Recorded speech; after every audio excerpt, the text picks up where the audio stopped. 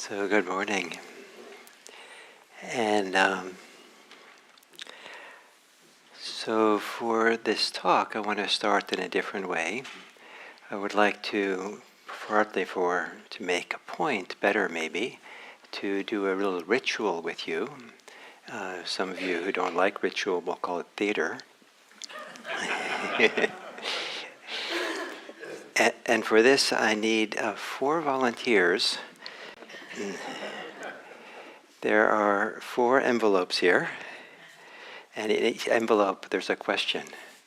And so you would read the question when the time comes. So don't open the envelope until it's your time. Will you use the mic? Maybe it's good to use the mic, yes. And maybe the other mic is there.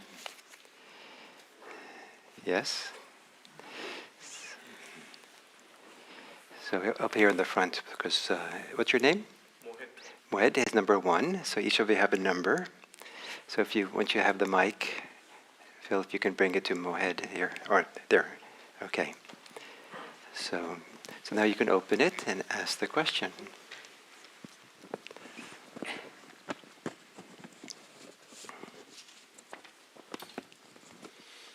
From where comes love? From wisdom. So then number 2.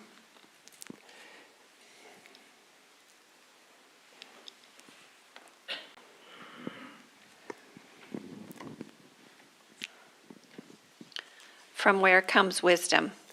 From love. Number 3. Who has number 3? Oh, so she needs the mic.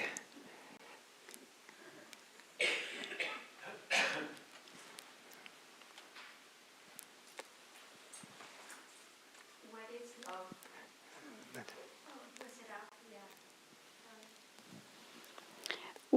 What is love? To care.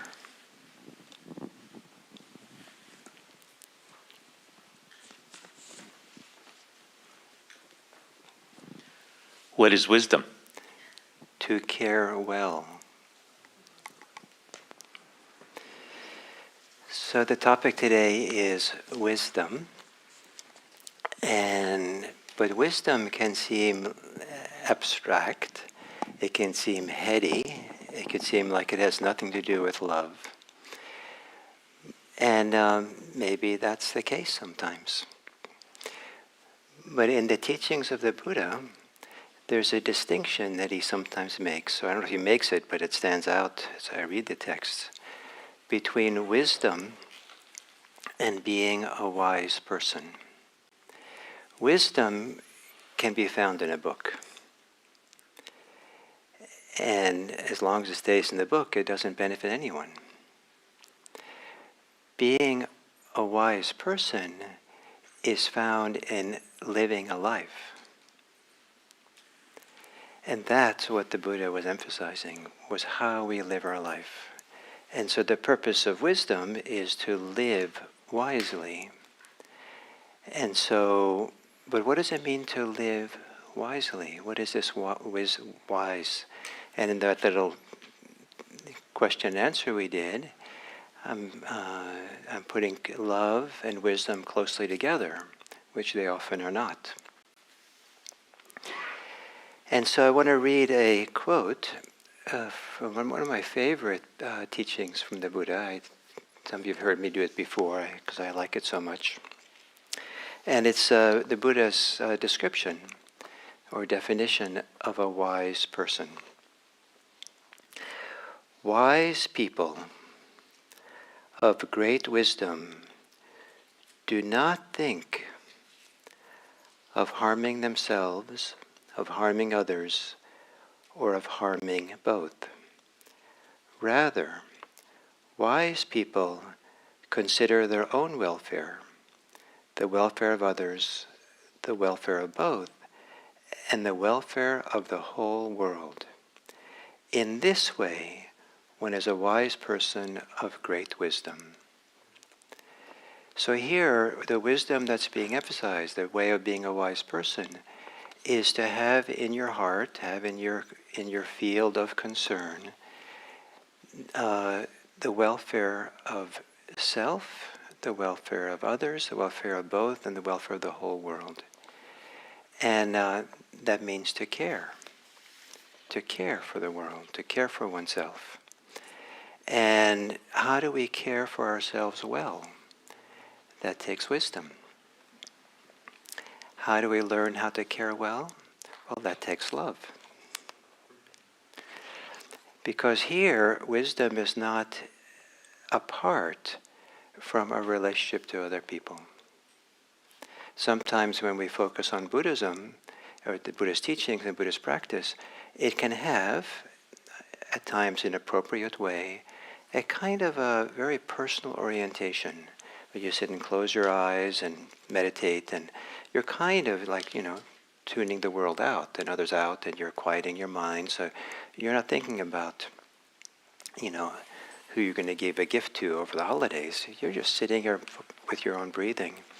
And the kind of stereotypical criticism of people who meditate is that they're just watching their belly button. It really gets focused. And but there's a way in which that's appropriate to do that. And how it fits into this definition of wise person, there's something profound that can happen when the attention gets organized, unified, collected, here in the present moment, so that it awakens within us a feeling of wholeness, feeling of wholeness that can happen, a feeling of samadhi that is a holistic state of phenomenal well-being. Now, it's possible to be focused on that for the purposes of just being your own pleasure or your own relief from the difficulties of life. But in the Buddhist teachings, this deep experience of samadhi, of wholeness, really kind of going inward, and is to be turned inside out. You have to go in, but then you get turned inside out, so that the focus now becomes, how do we care? How do we meet the world? How do we meet ourselves in a caring way? And so the inward focus that is part of Buddhism is not supposed to leave us isolated from the world or not attuned to the world. It's meant to do the exact opposite. And just like if you really want to care for people well, and really have people relax around you and just really feel like you're accessible and they're happy to sit next to you and be close, maybe even happy for you to give them a hug in the right circumstance. It would be useful from time to time, you really went into a very private, into your own privacy, away from all people, and took a shower.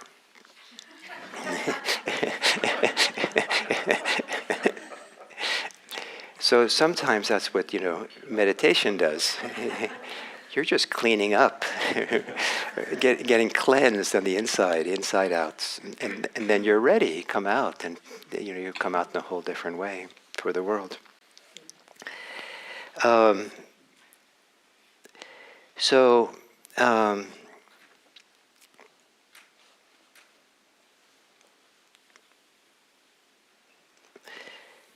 So the development of this caring wisdom, wise caring, is to come to a place where it's possible to care for the whole world. And that includes the people who are our enemies, the people who've betrayed us, and the people who've offended us in all kinds of ways. That's a tall order. That's not easy to do. It's easy, it's not difficult. It's very difficult to deal with one's own hurt, one's own pain, one's own fear, to be able to have it that big. And that's one of the purposes of this inward focus, is to really address and meet all the barriers, all the unresolved ways we are, all the wounds we carry, so that we can get turned inside out and be able to have care for everyone. And maybe in this context, we don't need to use the word love. That kind of is, for many people, a high bar, or it becomes something maybe too hallmarky. But the care is really much more humble, much more basic, and I would say very profound, to offer care, to care for the whole world. No one left out. And so to learn this wisdom, to understand this wisdom, does not require books, book reading. It doesn't require Dharma talk. But stay until the end, please. It doesn't require exceptional knowledge. It doesn't require mystical states or supernatural experiences. And it doesn't involve metaphysical ideas, abstract metaphysical ideas. What it involves is a deeper sensitivity in oneself, a deeper sensitivity to well-being, to where sense of your own welfare is, because the more you have a sense of welfare for yourself, what brings you your own goodness, the more two things will happen. You'll appreciate that's possible for other people, and you'll have a profound appreciation for what it feels like to care for others. It feels good. It adds to that well-being. It can, done the right way. And so in some of the path models of Buddhism, like where you begin, there's a number of different path models that have different beginnings. But one of them, called the Paramis, the 10 perfections, begins with generosity. And generosity is relational. You can be generous to yourself, but it's very easy then to be selfish. But it's possible. But generosity is generally considered to be something we do for others and for the world. And the idea of generosity is it's non-obligatory. So it has to be the source inside from which it comes cannot be logical or reasoned out, because then it's not quite generosity, though reason and rationality can have a role. And it certainly, as I said, can't be obligatory, it can't be a duty. Because generosity is something that's freely given from some generative source inside, some feeling of openness, some feeling of delight, some feeling of care for the person that you're giving it to. You want that this person would like it.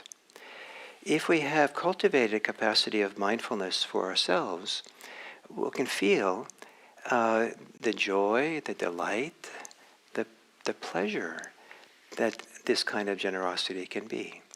If there isn't some kind of pleasure in being generous, it probably isn't being generous.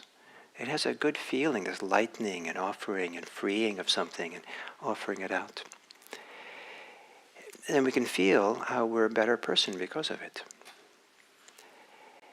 We can also feel that the joy, hopefully, that it brings other people. And so it can bring us joy and satisfaction, the fact that we've, offered something to someone else. And it can affect our interpersonal relationships with others. It tends to create positive interpersonal relationships to be generous. Chances are it's more likely to create positive interpersonal relationships than being stingy, and which doesn't usually held up for good friendship. And so there tends to be a field of mutual appreciation, maybe gratitude, maybe even mutual gratitude. I felt very grateful sometimes when I've been able to give something to someone, because I feel so lucky. It does me good. It's so nice. So I want to say thank you to them. And but this gratitude and appreciation. And there's something that I learned in Zen, that when you give, you don't give casually, like look the other way and hand it to them as if it's nothing. Even if it's a small thing, the idea is that relationship is important, the respect is important. So you're supposed to, in Zen, you're supposed to give something with two hands. And you're supposed to, so it's really like you're all of you is present, and you're present for the other person that you're giving to. And so because that relationship is important, the respect and care is important. And so it creates a kind of positivity in the interpersonal sphere. Some people use generosity, maybe it's not generous always, but use giving as a way of healing interpersonal relationships that are strained, or to shift the inner dynamic. It's hard to be angry at someone or be mean to them at work or something if they've given you a gift. They came with cookies for you, or they came and gave you something, or maybe you came out of the parking lot at work and your tire was flat and you didn't know what to do, and the very person you've been mean with all day long they came over and said, "Oh, well, I'll help you. I know how to change the tires or fix it." And like, what? The next day, you're not going to probably start, being mean again. Not right away. So generosity, giving, is sometimes used to kind of do something good for interpersonal relationships. So in terms of wisdom, what was very important, what I just described, was all the good feelings that arose in that act of generosity. Something softened inside, something warmed inside, something relaxed maybe, some joy or delight or pleasure arose in one way or the other in that act of generosity. And it's in the interpersonal relationship. And in this path model, that's where Buddhism begins. If you want to start practicing Buddhism, don't start with meditation. Start with generosity. So what does that do to you, to a person who has that feeling of well-being? One of the things it does to you, the person, is become more sensitive to how that is diminished, how that's broken, how that is taken away. So you feel the goodness of something, the generosity, and now you have a reference point for what not to do, because that would cause harm. It would cause harm to yourself by maybe diminishing or breaking the relationship, breaking the kind of inspiration that you're coming from, the goodness you're coming from. That if you felt kind of lousy and miserable and stressed out to begin with, it's like not a big deal to do something with your middle finger. Like, that doesn't make anything worse, so might as well. But if you're feeling good and calm and peaceful, you can feel that a certain way of using your middle finger actually diminishes you, actually harms you, your welfare, takes something away. And so why would you do it? So the more you have the sense of well-being, the more you recognize and feel that there's the difference between what brings harm and what brings welfare. And that is the key aspect of this wisdom that I'm highlighting today. The wisdom to be able to see, feel, know experientially, this brings harm, this brings benefit. So the generosity then sets the stage for that. That's part of the function as a part of the path model. The second step in this path model is virtuous conduct. And virtuous conduct is primarily defined by, in this early tradition, by restraining yourself from causing harm. So you would abstain from killing people or physically harming them. You'd abstain from stealing from people. You'd abstain from causing harm to people through your sexual behavior. And you would avoid lying. And you would avoid intoxicating your mind, making your mind kind of confused and maybe crazy. And so these are considered virtuous conduct to avoid these things. Why would you do that? Well, one reason is if you develop this warmer sensitivity to others through generosity, you can feel how doing those unvirtuous things diminishes the joy, it diminishes the quality of the relationships. So you have a foundation for appreciating why it's important to be ethical, where it no longer becomes a rule to be followed, but rather an inspiration to maintain something good, to avoid causing harm to yourself and causing harm to others.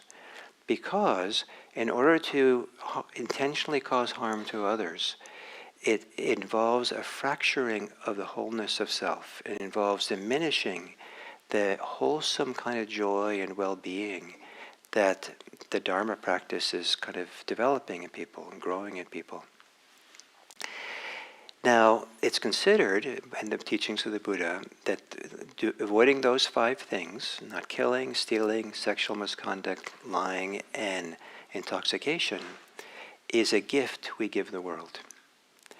And maybe usually we don't think of it that way, but it doesn't take a lot of analysis to appreciate how much killing, stealing, sexual harm, lying, intoxication goes on in their society. It's tremendously damaging. And the only thing it seems to benefit is politicians. and newspapers who write about it. But if, what would the news be like if the whole world stopped doing those things? It would be dramatically different than what we consume now in the main news of the day.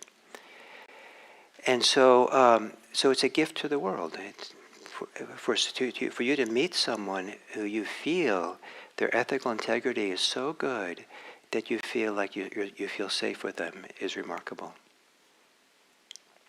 I've met transformed people who I trusted deeply. I trusted them in a certain kind of way to my son when he was 18. And the people who were transformed had been, actually were still, lifers in prison who had murdered someone. I mean, that's considered some of the worst of the people. But they had gone through the GRIP program that we've had presentations here about in such a thorough and transformative way that it was remarkable to feel that transformation in them. So I was able to bring my son when he was 18, just old enough, to get clearance to go to San Quentin and sit in a room of 30 lifers who were there because of murder. And I was a little bit worried.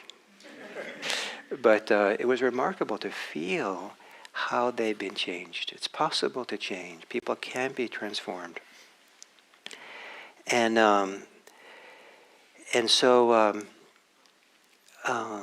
So this idea of ethics and how good that is. And classically in Buddhism, that being ethical, by abstaining from these 5 things, is meant to be a source of joy. And this is something I couldn't understand when I first came to Buddhism. I thought it was weird that people felt joy because they were ethical. Because I had nothing in my background that made sense of that. And then when I went to Thailand, and my first retreat there was 10 weeks long. And 10 weeks is a long time to be in silence and to practice. And in the course of that retreat, something shifted inside, some kind of settling, relaxing, calming, opening, a sense of well-being, a sense of, I remember feeling very, very clean on my inside. Remember the shower? So very clean on the inside. And lo and behold, I felt this joy for not being inclined to doing anything unethical. And it came up a little bit in the course of that there had been, before I went there, I'd met this woman that I had a certain, I hope this doesn't offend anyone, something that bordered on lust. Probably not lust, but something bordering on it. And And then when I was sitting in that retreat, I could feel that I had no inclination in that direction, that having that actually felt like I was going to harm myself. And I felt this joy not having that kind of unhealthy relationship to another person. And so again, to live an ethical life creates a different reference point for wisdom, because it shows us what causes harm and what causes benefit in ourselves, in others, in the relationship between others, between self and others, and then maybe to the whole world. So then the third step of, then we're getting to what's called the perfection of wisdom. So we're building here. So the third step in this path model is a topic I talked about a few weeks ago, which popularly is at least thought to be unpopular, is renunciation. And but the thing is that it's after these first two. So now the practitioner has gathered a lot of information. They've learned a lot about what feels good. They've a lot, not just good in some hedonistic way, but what feels good ethically, what feels good interpersonally, what feels good coming from our heart, coming from a deep generative place inside. And so from there, it makes sense to begin letting go. Of course. I remember when I took my kids to school when they were young, I would get up and meditate, and then usually they would, or I tried to meditate, because they'd get up early. And then I had this great idea that this fantasy, it'll be so great. I'll be meditating, and they'll come, and really young, they come in, I have them sit on my lap.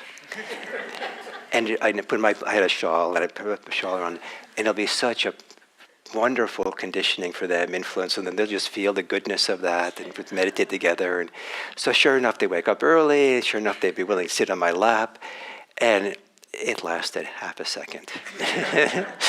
So I was never fulfilled in that area of parenting. But I would feel kind of good, and anyway, just been sitting a little bit or whatever I did,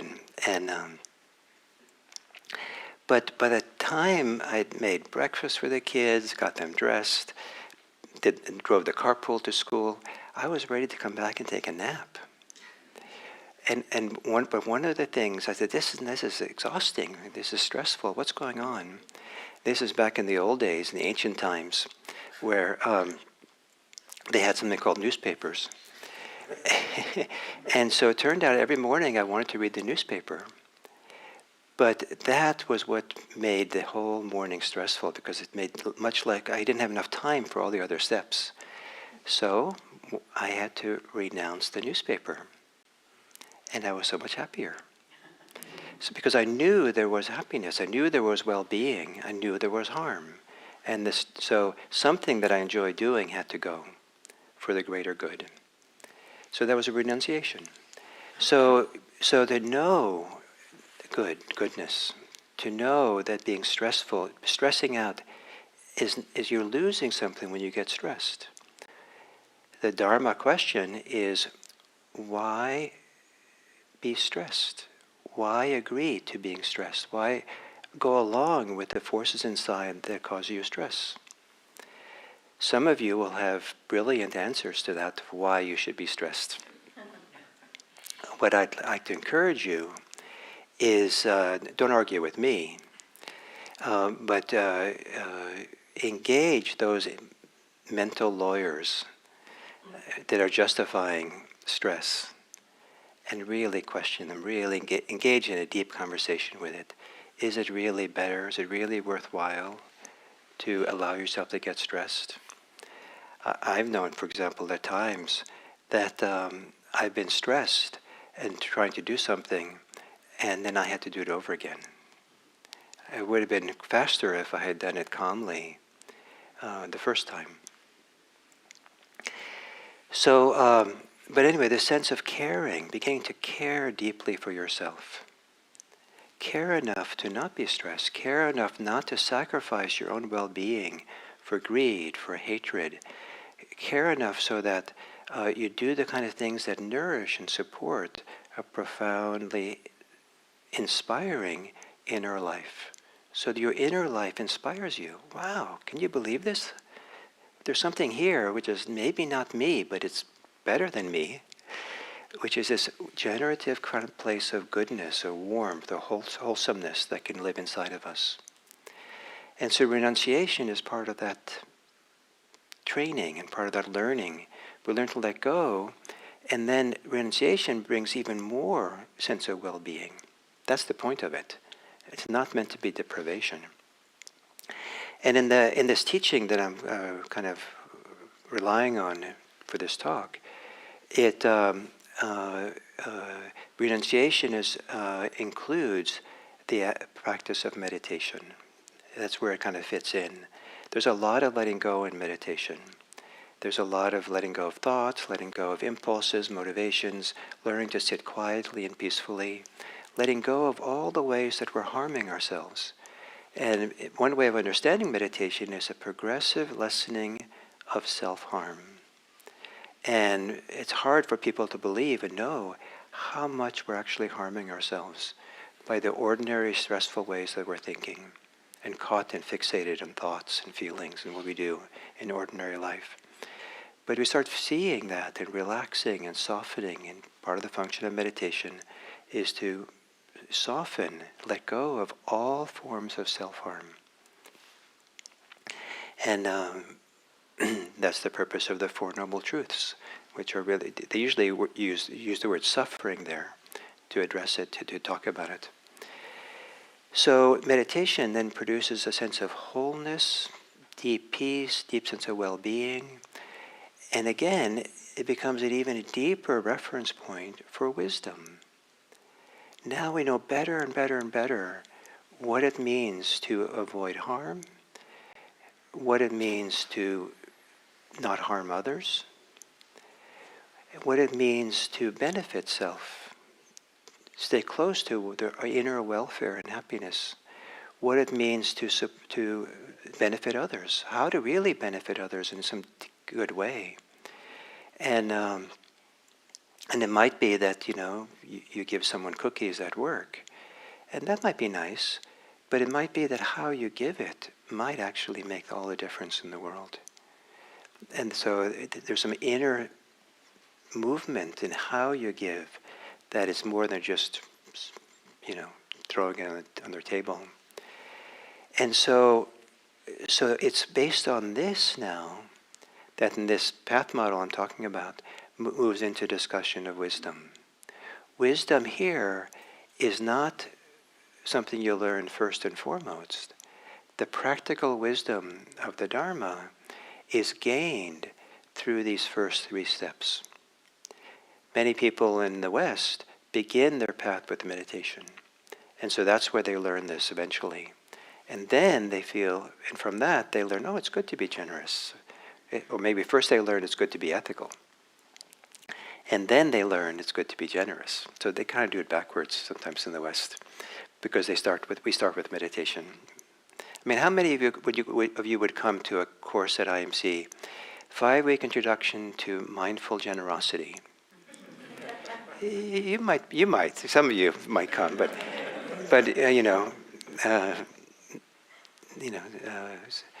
with our introduction here is a 5-week course in mindfulness meditation. And so these deeper reference points that we have.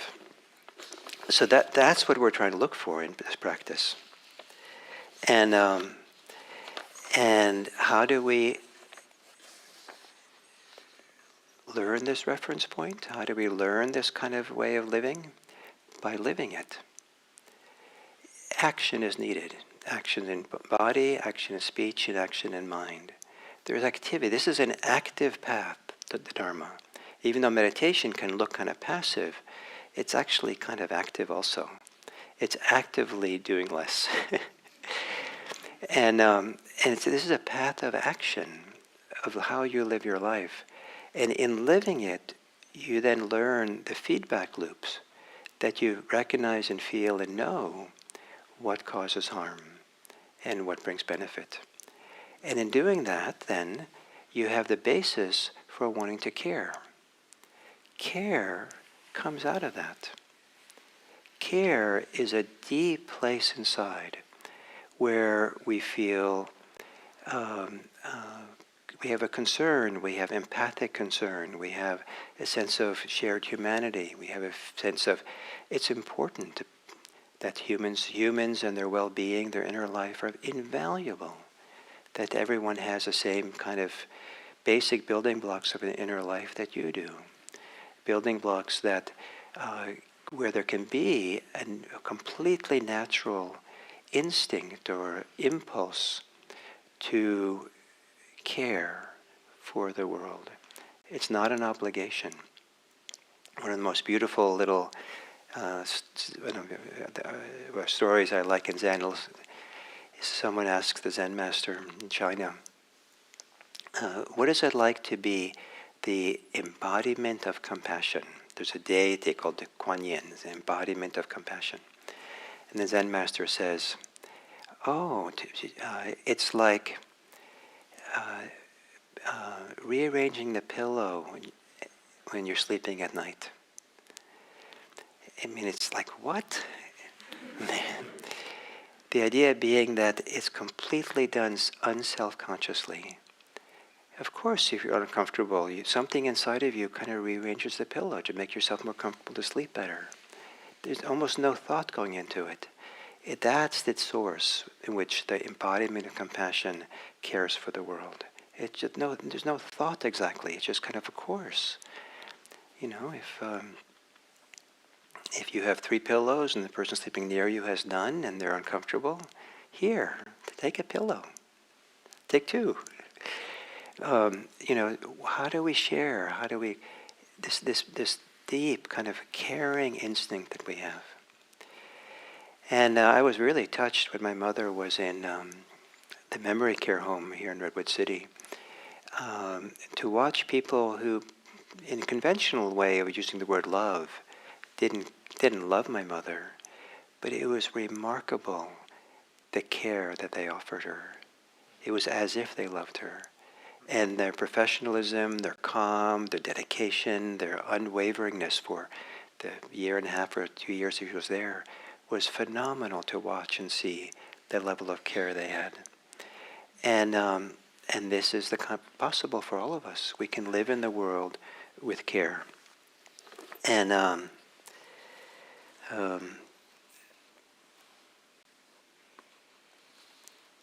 so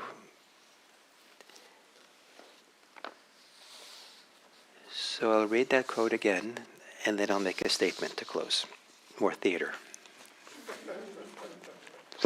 So just wise people of great wisdom do not think of harming themselves, of harming others, or of harming both. Rather, wise people consider their own welfare, the welfare of others, the welfare of both, and the welfare of the whole world. In this way, one is a wise person of great wisdom. So to conclude, because this is practical wisdom, this is wisdom that comes from how we live our life. It is up to you whether what you do for the rest of this morning, no matter how mundane it is that you do, it's up to you whether it's wise, wholesome, and well-born from this caring place within. It's really up to you and all the things you do. And may you experience the wisdom that allows you to live with this kind of care, with this kind of self-care, with this kind of generative way of bringing well-being. and may it be an act of love. So thank you.